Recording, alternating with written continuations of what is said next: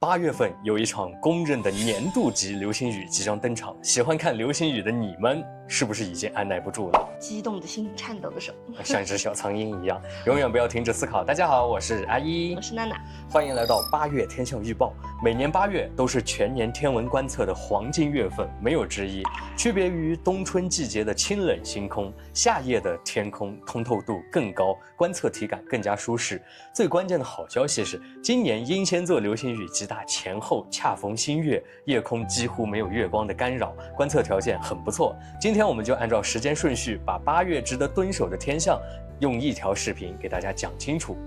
首先，很多新手朋友们刚开始关心，总觉得星空是杂乱无章的，不知道从哪儿看起。那么夏季大三角就是最好的入门起点，它是整个夏季夜空的核心地标。整个8月天黑之后，抬头就能看得到，哪怕在城市里边，因为这几颗星特别的亮。简单跟大家说一下怎么认。夏季大三角呢是由3颗亮度超高的亮星组成，分别是织女星、牛郎星和天津4。其中织女星亮度最高，是夏夜天空里边最亮眼的恒星，很容易一眼就锁定。旁边的牛郎星呢，亮度稍暗一些，2颗星星横跨银河，遥遥相望，搭配稍微暗一点的天津4，3颗星星在空中就连成了一个规矩的巨大的三角形。只要天黑后看向天顶偏东的位置，找到这一片最亮的三角区域，就等于找到了夏季大三角。整个8月每晚可见，天气晴好、光污染不重的地方，肉眼也是清晰可见的，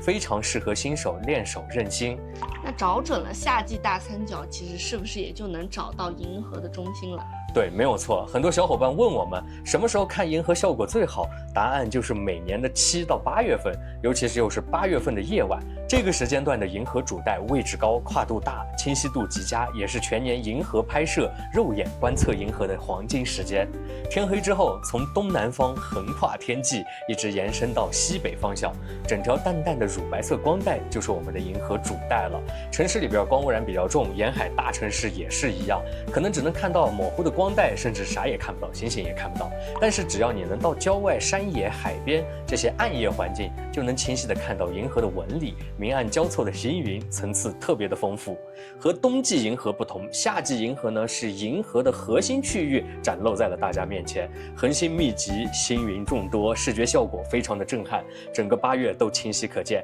想要拍星空写真或者是延时摄影的朋友们，这个月的天气好就可以冲了。天气不好的话，那就GG。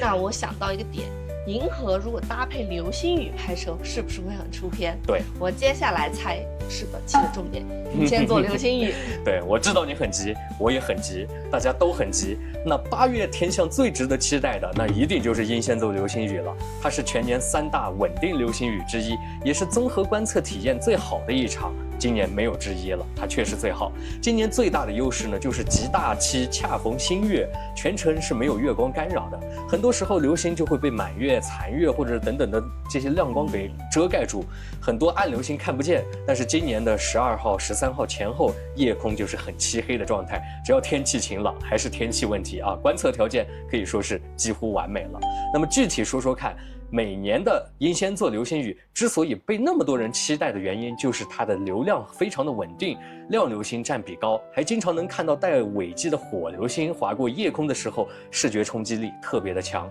而且还会带点颜色。它的极大峰值呢，就集中在了8月12号。夜间到13号的凌晨，而且峰值的前后1、2天，也就是11到12号、13到14号，也可以看到约70%左右的流星数量，不用卡死这个时间精准啊，容错率还是比较高的。那具体的我们也有一期视频会给大家讲一讲，这里还给大家另外一些观测建议。首先就是不用刻意的去盯着英仙座的方向看，流星是会随机出现在整片天空的任意地方，远离辐射点的流星尾迹会更长更好看一些。这个是我们的经验了。对，只需要你去躺平放松的去看整片天空，你就能捕捉到流星。其次呢，就是尽量远离城市的强光，远离光污染，郊外的暗夜环境体验会更好。市区虽然也能看，但看到的很可能只有一部分的亮流星，很赌运气的。对，是个赌运气的成分。另外要纠正一个误区，流星雨并不是像下雨一样密集坠落那个效果，这个效果可能只有在狮子座流星雨在爆发的时候才有了，它反而是一种间断性的有流星划过这个效果，大家一定要有耐心静下来去欣赏。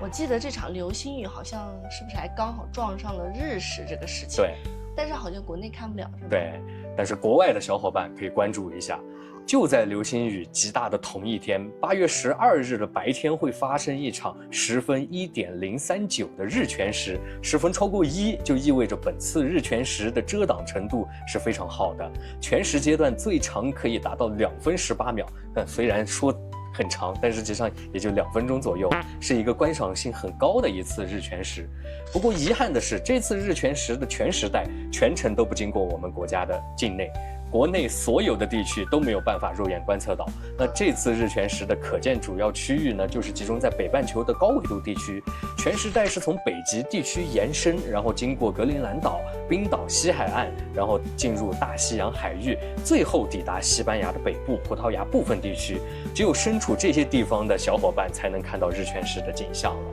虽然我们现场看不到，但是不用遗憾，如果我们有条件的话，也会尝试进行海外画面的转播，带大家一起感受一下难得的日全食。我也还没见过呢。是啊，没见过。然后这次也是巧了啊，月食和日食刚好都卡在了8月份，对，月底还有一场很接近全食的月偏食，对，这个我们是不是能看到？这个也看不到但是呢，在同一个公历月里边，同时能够观测日食、月食的情况确实也不多。在8月28日将上演一场高时分的月偏食，时分达到了0.93啊，这个数据就很高了。简单跟大家解释一下。大概就是月球的90%以上的盘面都会进入地球的本影，几乎等于月全食了。视觉效果呢和全食的红月亮高度接近，是观赏性很强的一次月食。不过呢，这次月食和日食一样，这场月偏食的最佳观测区域也不在国内，主要可见区域为北美洲的东部、中美洲、南美洲全境以及大西洋部分海域。上述地区可以完整的观测到月食从开始食盛到结束的全部过程。国内因为月球升起的时间和月食的时间是错位的，没有办法观测到本次月偏食的任何一个阶段了。但是呢，我们也会尝试跟大家进行转播，大家可以点个关注，蹲守我们的直播间。除了这些，还有什么值得观测的推荐吗？那进入到了8月下旬，夜空的行星观测重点就集中在了土星和海王星2颗行星上，也是全年观测它们的最好时机了。首先是土星，这段时间土星观测状态还是比较好的，亮度稳定，位置适中，夜晚升起来的高度也比较合适，用肉眼也可以直接定位到它。对色彩比较敏感的小伙伴都能看到呈现出来的土黄色这个感觉了。如果有小型的望远镜，都能清晰看到它标志性的土星环，纹理比较清晰，层次也很分明，是行星观测和拍摄的首选目标。另外一颗呢，就是海王星，作为远地行星，平时亮度是比较低的，很难观测。但是8月的下旬，海王星运行的位置比较优异，大气通透度比较好，在光污染比较好的环境中，借助双筒望远镜或者是小型的天文望远镜，就能看到这颗蓝色星球的身影，适合进阶的爱好者观测。整体来说，下旬的行星观测难度不算特别高啊，对于设备来说门槛也比较友好，不管是新手试拍呢，还是进阶观测，都比较值得尝试。如果需要详细的观测指南和拍摄的教程，小伙伴可以关注我们主页，我们关于流星雨啊这些都会出对应的视频，都会有视频。关于流星雨和日月食，我们也会单独跟大家出一个观测教程。那这个是给本地的小伙伴准备的，流星雨是给大众准备的，在北半球都可以看得到。那么8月整体梳理下来呢，就是推荐看点呢有夏季大三角、夏季的银河，每晚也还有适合的日常观星、星空拍照，也不需要特定的时间。最不能错过的就是英仙座流星雨了，没有月光干扰。海外的小伙伴呢，可以关注一下8月12号的日全食，还有8月28日的